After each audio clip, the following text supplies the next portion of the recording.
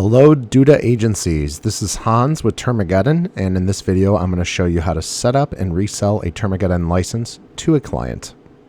So I have set up a Duda template, and we are going to set this up. We're going to set up a set of policies for a fake company called Reroom. Just for notes here, I do want to note Termageddon is not a legal service provider, and I am not providing legal advice. I am just showing you how to use our tool. For this example, we're going to do a fake company called Reroom House Renovations LLC. This is a company that provides services to anyone in the U.S. offering house renovations, and their website has a contact form on their contact page asking for name and email, and they also have Google Analytics installed. All right, so let's jump into what this looks like. So to get started, you need to go to the App Store and add an app. Here you'll be asked to confirm and make a purchase. As you'll see, you're able to buy licenses through Duda at $38.40 per year, and Termageddon's regular pricing is $99 per year. So I always recommend reselling Termageddon at the full $99 per year price, and I would also recommend charging $100 to $200 setup fee, just for taking the time to go through these questions and get the access to your clients so that they can answer any additional questions within the questionnaire, as well as receive updates in the future when laws pass and when their policies are being updated. All right, so we just purchased a Termageddon license through the Duda dashboard. And as you'll see, what we're going to be going through today is answering a series of questions to generate the policies, using the Users tab to share the license with your client, and adding the policy page to the Duda website, and then republishing the site to make sure it goes live. All right, so upon making your purchase, you'll see that we have integrated a series of questions right in the Duda App Store. And then we will put in a fake domain for what the live website will be. So we'll just call it reroom.com. And who owns this? A company. And what is the owner's email address? Please note that this email will be displayed within the website policies. Most people have info at something like that. What is the company name? Where was it formed? We'll say United States for this example. So now, because we're saying the United States, we have questions based around the U.S. And I'm just going to fill this out with the type of legal business entity they are. A lot of agencies do like a screen share with a client, and that's why I always recommend charging a $100 to $200 setup fee just to share the screen and have them answer any additional questions. Where would you like to resolve disputes? This is just whatever county is most convenient for the business owner. I'm located in Chicago, so I'm putting Cook County.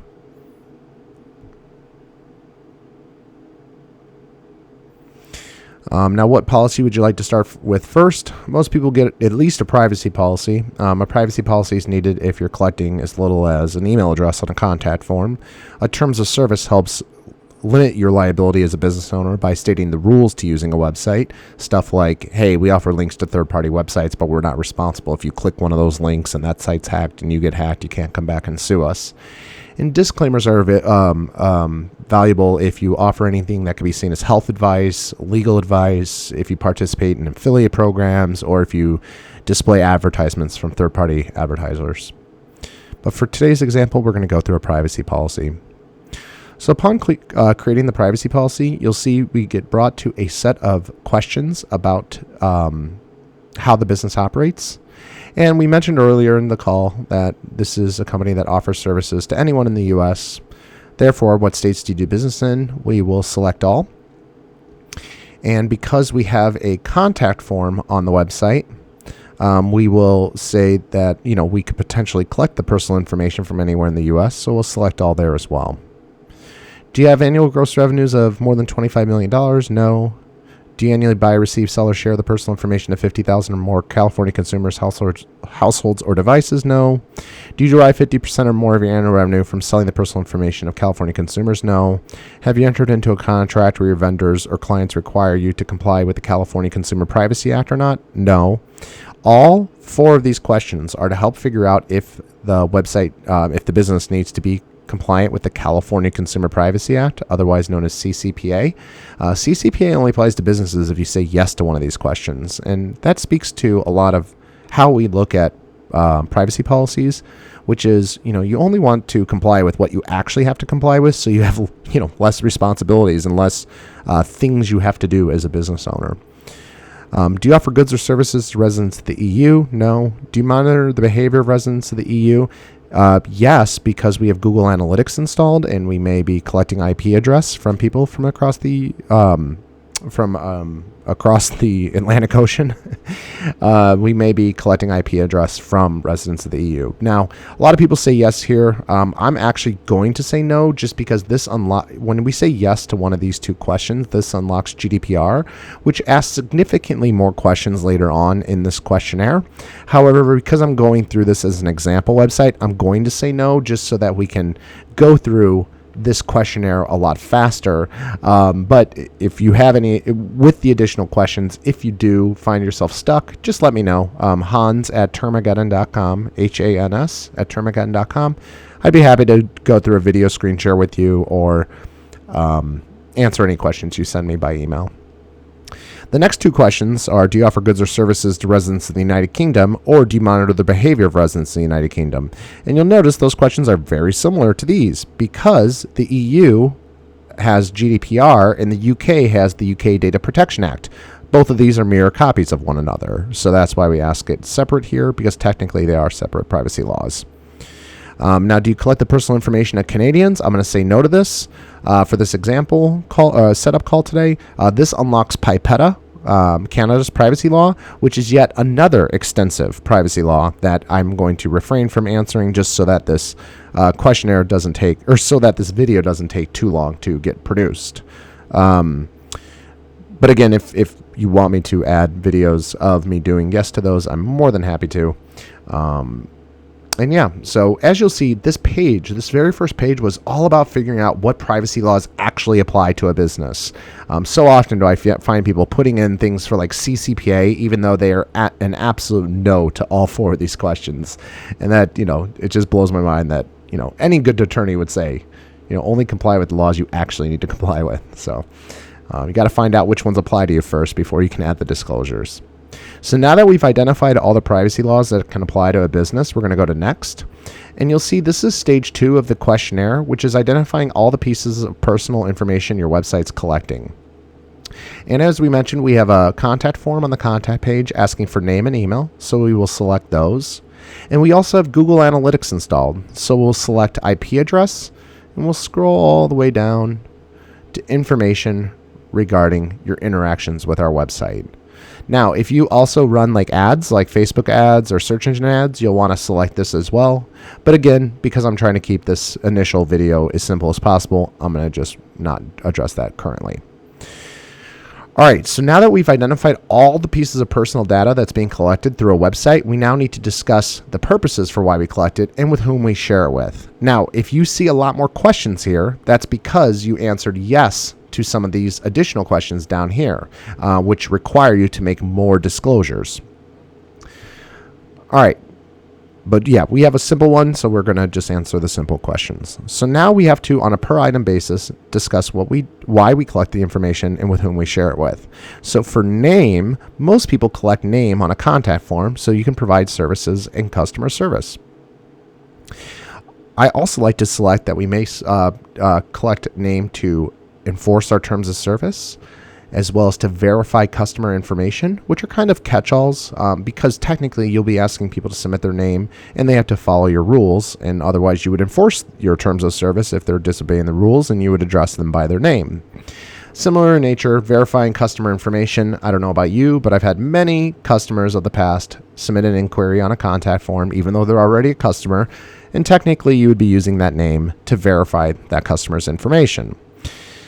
Last but not least, most people send contact form submissions into some sort of email marketing system to send marketing and advertising. So I'm going to select that we may collect this information for the purposes of marketing and advertising.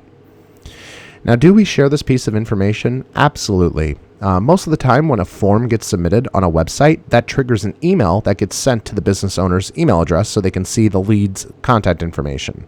So what that means is that the website is collecting name and then triggering an email being sent to someone's email inbox, meaning that you're sharing data with email service providers. In addition, we mentioned the fact that we may add name to an email marketing system to send people email newsletters and so forth. And there's many other things that can be listed here. Parties that need to operate the website, hosting providers, content management systems, customer management systems. But again, we're keeping it simple and just saying, hey, when a form gets submitted, it triggers an email. So we need to say that we share it with email service providers as well as email marketing vendors in case we want to send email newsletters to people. Now, upon completing this piece of information, we're brought down to the next piece of information to complete, but I'm actually going to skip that. And I'm going to load up email address. And because we collect and share name the same way we do with emails, I'm just going to load up all the answers we did for name, just making my life a little bit easier. Now, when we complete that piece of information, we go to the next incomplete piece of information, which is IP address. Now, IP address is very often collected for different reasons. It's collected for analytics purposes, perhaps to count ad impressions and verify position and quality of ad impressions. And then every now and then when forms get submitted, IP address may be collected as well, in many ways to prevent spammers from filling out spam emails. So I like to select several of the items that we selected when collecting personal information like name from a contact form, because the IP address often gets collected at that same time. So these are the items I like to select. If I ran ads, I would select counting ad impressions and verifying position and quality of ad impressions, but it's really up to how your website operates. All right, so upon identifying the purposes of why we collect that information, I'm now going to say, yes, we do share this information. We first and foremost share it with data analytics providers because we mentioned that we use Google Analytics. And I'm going to say email marketing vendors, especially if you have like an email newsletter sign up. Oftentimes, email marketing vendors will collect IP address to validate that it's not like a spammer submitting an email subscription form. And that looks good for here. If you do have like Facebook pixels or search engine pixels of any kind, tags of any kind, you may want to say that you may share those data with advertising networks and social networks to run advertisements to them, of course. All right, upon completing that piece of information, we're brought down to why do we collect information regarding your interactions with our website? Most of the time, that's the same reason why you collect IP address. So I'm just going to load up all the answers that we did for IP address. And upon completing that piece of information, we've now answered all the pieces of information of what we collect on the website. And I'm going to click Next. Do we collect and use cookies? And the answer to this would be yes, because we have Google Analytics installed.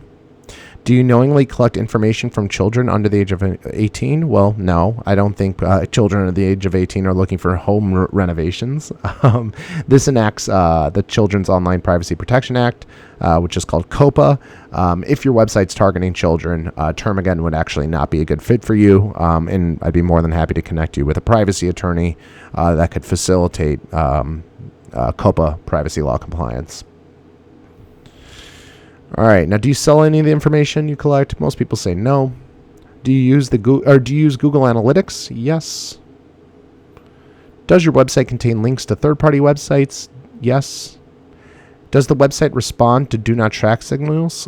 Unless you've heard of do not track signals and have taken the time to implement this, I would go with our recommended answer, which is no. And again, if you have more questions, you can always click on the question mark to read why. How will you notify users of changes to this privacy policy? Our most popular answer is by posting the updated privacy policy to this website, because that's the service we provide. Now, upon clicking Submit, you'll see that you've now completed your privacy policy, and now you can add the widget to your Duda website. So to do that, I'm going to go to Pages. I'm going to create a new page, blank page, title it Privacy Policy.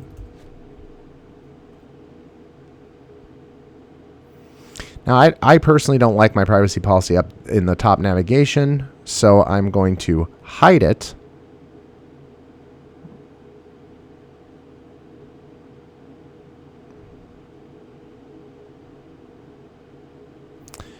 And then I'm going to insert some stuff into this page. So I always like adding a spacer.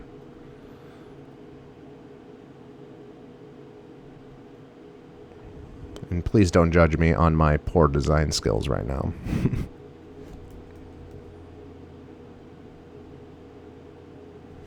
I think I did 93 previously. All right. Now we're going to add the Termageddon policy widget, which you can double click or add in. And as you'll see, the privacy policy loads. You can also customize it a little bit further. I personally like to left align my titles and stuff. And as you'll see, it doesn't left align here. This is just a caching issue. I think we'll probably get this fixed by the time you're looking at this video, but I will note this does indeed left align things. Upon publishing the site, we should see that change take effect. So I got it added to the privacy policy page. That looks great. Now, with that said, we don't offer a link anywhere yet because I removed it from the top navigation. So I'm going to add in a link here.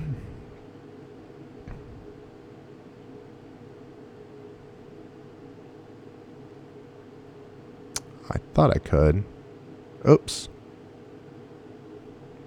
All right, well, basically what you want to do next is you want to make sure to add a link to the footer, or just make sure your privacy policy is accessible on all web pages. And you may want to consider also adding a consent checkbox to the Contact Us page. Now, upon publishing our website, we should be able to visit the privacy policy page and see it live.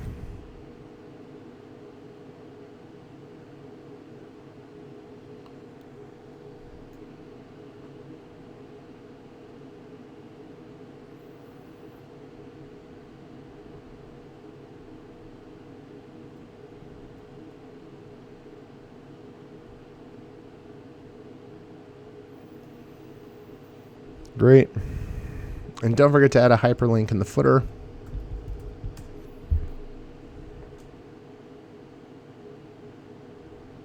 And there it is. So yeah, it looks like the titles are centered right now. I think that's a caching issue. We should have that fixed up by the time you implement it on your own website. But if you're having any issues, just let me know. All right, so yeah, that's how to get set up. Don't forget to invoice your client the $99 per year plus the setup fee, or just however you handle your billing with your client. Thank you so much for watching this video. Bye-bye.